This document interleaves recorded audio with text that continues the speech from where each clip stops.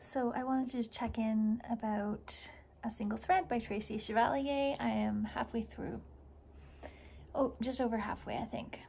So this is my second Tracy Chevalier this year. I read Remarkable Creatures just 2 months ago. And it's hard when you're reading a book by an author you've already read recently, not to kind of compare it. So I'm not enjoying A Single Thread as much as I enjoyed Remarkable Creatures, but I do think it's fine. I think it's, I'm finding it entertaining. I know I heard other people who found it kind of boring. I think it's a study of the inner workings of a cathedral in Westminster through the eyes of Violet, who is a late 30 spinster in the early 1930s. I'm finding a lot of parallels between this book and The Paying Guests by Sarah Waters, which I listened to last year. I think that one was more the late 1920s, so not just like slightly different in years, and then a slightly different perspective, both of the protagonists being spinsters, but one of them a lesbian and one of them straight. It's kind of, I like the commentary on a woman's interior life, because I think that these perspectives are just perspectives that haven't been shared enough, and they need to be shared. And I think what the main theme of this book is that, the way that women became spinsters after World War I was, a very specific time period, and the women had a very specific experience based on the fact that so many men were killed during the war in England, including Violet's fiance, and they live with the repercussions of that, and they live within the very strict rules of the society, of the class that they're in, about the way women are supposed to be, and your status when you're married and your status when you're not married. So I found all of that really interesting, and the exploration. There's a little bit of a lesbian subplot that I find to be a bit lacking in terms of really delving into, the reality for women who were lesbians at that time. But I'm hoping that Chevalier will expand on that as the novel progresses, because I think she's just hinting at it, and I hope she doesn't just keep hinting at it, because I feel like that's kind of it's just too surface. It needs a bit more depth to it. Yeah, so there's a love interest, and I'm not super into the love story aspect or the love triangle aspect, because I just feel like that's very typical. So I'm more interested in Violet finding her empowerment through learning to be an embroiderer for the church, and the bells in the cathedral, it seems like it's just a tool for her to be with this love interest. So it's not as compelling to me as a subplot and as a area of interest for her. But I do feel like she's kind of finding some agency and independence through these activities that she's doing, and trying to assert herself, separate herself from her mother, which was essentially going to be her role, was to look after her mother as she aged, because she's the daughter at home.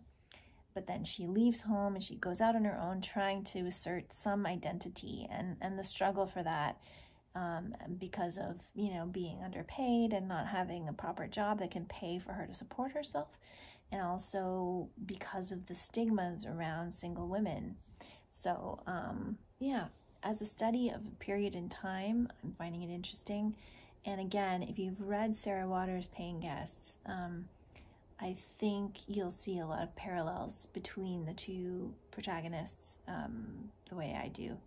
So I'm kind of measuring Violet in a single thread against, I can't remember the main character's name in Paying Guests, but I'm kind of measuring them against each other.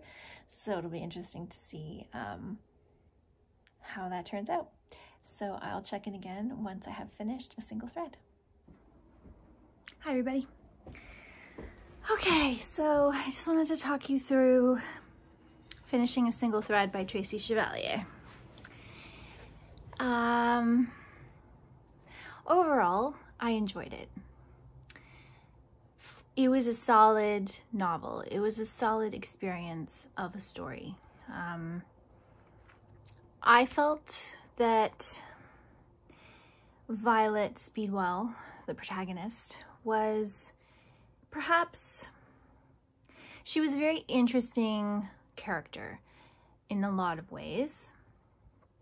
She had a perspective that I think was fairly well developed, although I think that Chevalier could have pushed more on a lot of the aspects of Violet's character that were questionable, like her selfishness, her prejudice, her unwillingness to self-sacrifice for her family in the way that single women, any woman, is supposed to do. All those were interesting themes. I feel like she could have pushed harder on them though. The love story, I felt, was one of the weaker points of the book because the connection between the two characters in love, so Violet and Arthur, was never, I mean, it developed okay. I think this book is a slow burn, A. B, I think that Violet's transition from being judgmental about Gilda and Dorothy's relationship to the ending was a bit of a leap for me. I didn't feel like that rang true for Violet. Violet was not that courageous. So obviously, if you've read it, I'm trying to say this without spoiling the book for anybody, but if you've read this book and how it ends, that did not ring true for me either. I felt like the metaphors that Chevalier used in order to awaken Violet to her feminine power and her place and her independence, her true level of independence in the world, were cliched. I don't think they really added to her character. I would have preferred a different ending, a different assertion of her independence, which is to do with the bells. I think if she would have forced her way into being, into learning the bells, I think that would have been more in fitting with her character than what Chevalier did with her character at the end. So, you know, I think I did have some comparison between this story and The Paying Guests by Sarah Waters, even though like their overall feeling is very different, because The Paying Guests is more of a like action, more of an action novel, but the kind of sensibility of the spinster was explored in both of these, in both those novels. I also read Remarkable Creatures by Tracy Chevalier in July, and so I think that Remarkable Creatures is a superior book to A Single Thread. So yeah, that also kind of didn't elevate it for me. I think when you're comparing it to the other books, I've read all of them except for one. At this point, I've started Girl, Woman, Other. It just doesn't reach the caliber of the others. I don't think. So while I think it was fine, and I think it was, you know, an interesting story, there was a lot of problems for me in it. A lot of little nitpicky things that, especially the ending, which just didn't work for me as an overall story. And I do think there was, you know, there was a bit of a, like, resorting to those cliches it just sold the story short. I think the whole story could have had a stronger sensibility if those cliches wouldn't have been included. So, and there was a cliche, the cliche of the kind of final scene between Arthur and Violet is something similar that happened in Remarkable Creatures with Mary Anning's character. And I feel like she handled that better in Remarkable Creatures than she handled in A Single Thread. And I noticed the similarity to it. And I think that, you know, I've read that's my third Tracy Chevalier. So I don't know if it wasn't in The Lady and the Unicorn. Or was it? Now I can't remember. Maybe it was. I don't know if that's a trope that Chevalier uses frequently. I'm certainly going to read more of her books because I do really like the time periods and the subject matter that she puts in her stories. So I think next I'll probably read A Girl with a Pearl Earring. Not this year, because 2 books by one author in 1 year is like a lot for me. So it'll probably be sometime next year. But it'll be interesting to see if that trope comes up again. Then I might not read all the rest of her books. But if it doesn't, then I will. Anyway, so finished A Single Thread, started reading Girl, Woman, Other, and I will check in with you again once I am halfway through Girl, Woman, Other. Hi, everybody. Just wanted to check in about Girl, Woman, Other by Bernadine Evaristo. This is my last read for the BookTube Prize competition of 2020. Well, 2019's book. So obviously there's a lot of hype around this book. Made it to the shortlist for the Women's Prize, co-won the Booker. So part of me was a little bit nervous about that because hyped books and me don't always go together very well. But I would say that this is a really well-crafted book. For me, it's ticking a lot of the boxes that Red at the Bone by Jacqueline Woodson, which I read in the first fiction round that I read, which was round 2. It's very confusing for you, sorry. I feel like this book is ticking a lot of the boxes that book was trying to tick. And this is the kind of brevity that I can get behind. I think there's definitely some ways of talking, like some ways of being for some of the characters that didn't ring completely true for me. But when Evaristo hits it, and like the characters really breathe and they feel very real, and I do love the expanse of the experiences that she's covering in this book. So I think I'm just over halfway because I kind of forgot to check in halfway. So I'm about page 290. And I can't, at this stage of the book, I can't say it's going to hit #1 for me.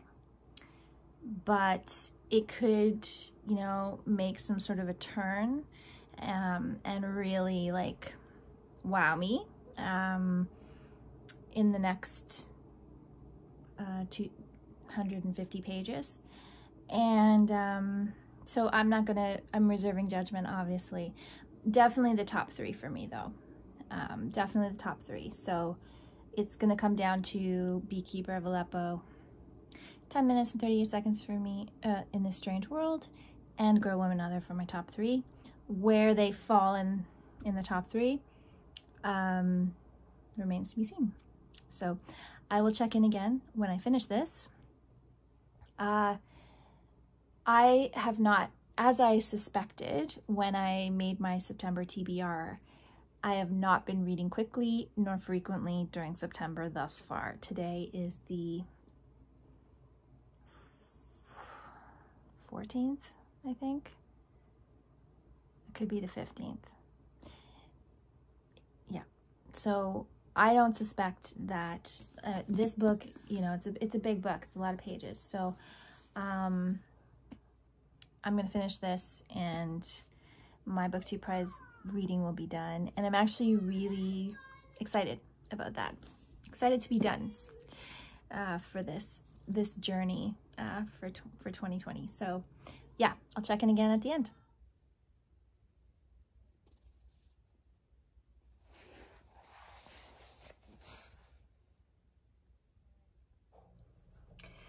Hi everybody.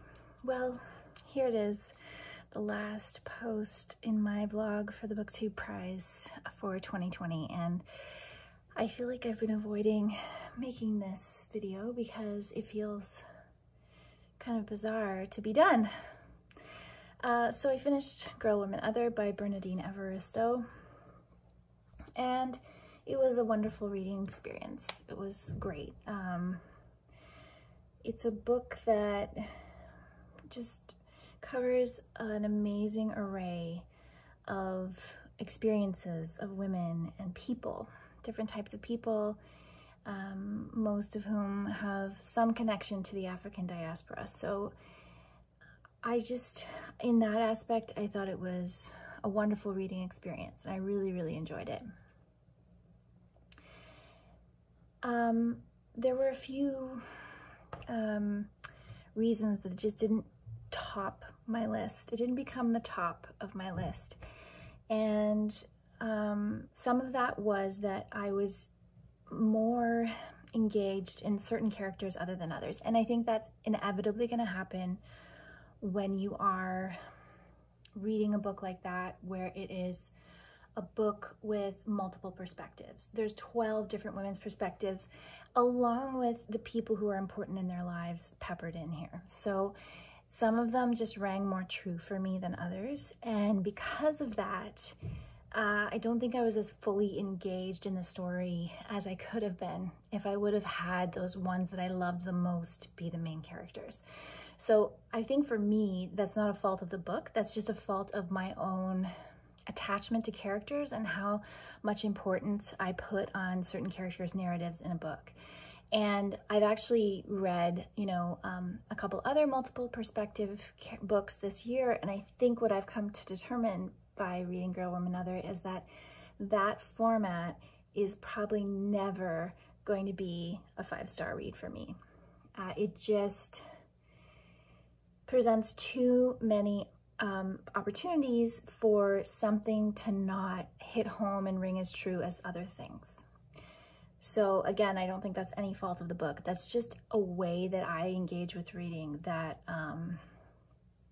that these types of stories that have the multiple perspectives can't give you the depth you're looking for, can't give you the focus on that one character that you really, really love. And I think that Evaristo's execution of the older generation women was more compelling to me than the younger. I felt that Yaz's narrative and a little bit of Morgan's rang a bit surface level for me. I didn't feel like the depth of the characters was explored as much as possible. Now, I know both of them were the younger characters in the book, but I think even if you're looking at a young character, you can still get deep in there, and they can still have deep feelings, even if they're only in their early 20s and they haven't really experienced life to the depth that the older characters have. They still could have had a bit more, a bit less flippancy, a bit less of that young kind of sarcasm and bravado, and a bit more of an internal dialogue. I think in the case of Yaz's story, it was because she tried to focus so much on her crew, on her group of girls that she was with, and how those girls helped her identify that young generation. And I get that, but I think it just made her character a bit too surface value for me. As I really enjoyed the way that Evaristo used the writing in this, in terms of her no capitalization, very little punctuation. I found that flowed really well for me, that there was no issue there. And again, I just loved all the different experiences, but some of them I loved the most. I would say Grace and Amma were probably my favorite characters. Yeah, so that is Girl, Woman, Other. I think Evaristo should have won the Booker, period, without Margaret Atwood and the Testaments being tagged on there. But I think that's not a very controversial opinion. I think most people feel that way. So yeah, I think it's a great book, and it didn't hit #1 for me, but I will make another video that will talk about my rankings.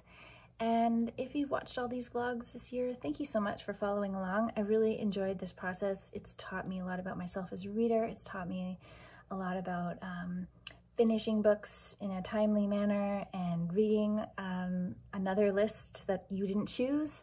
Yeah, I'll definitely have some final thoughts on this process, either in my ranking video, or perhaps I'll make a separate little video talking about my overall thoughts later on. So I'll be back again soon with another video. Thank you so much for watching.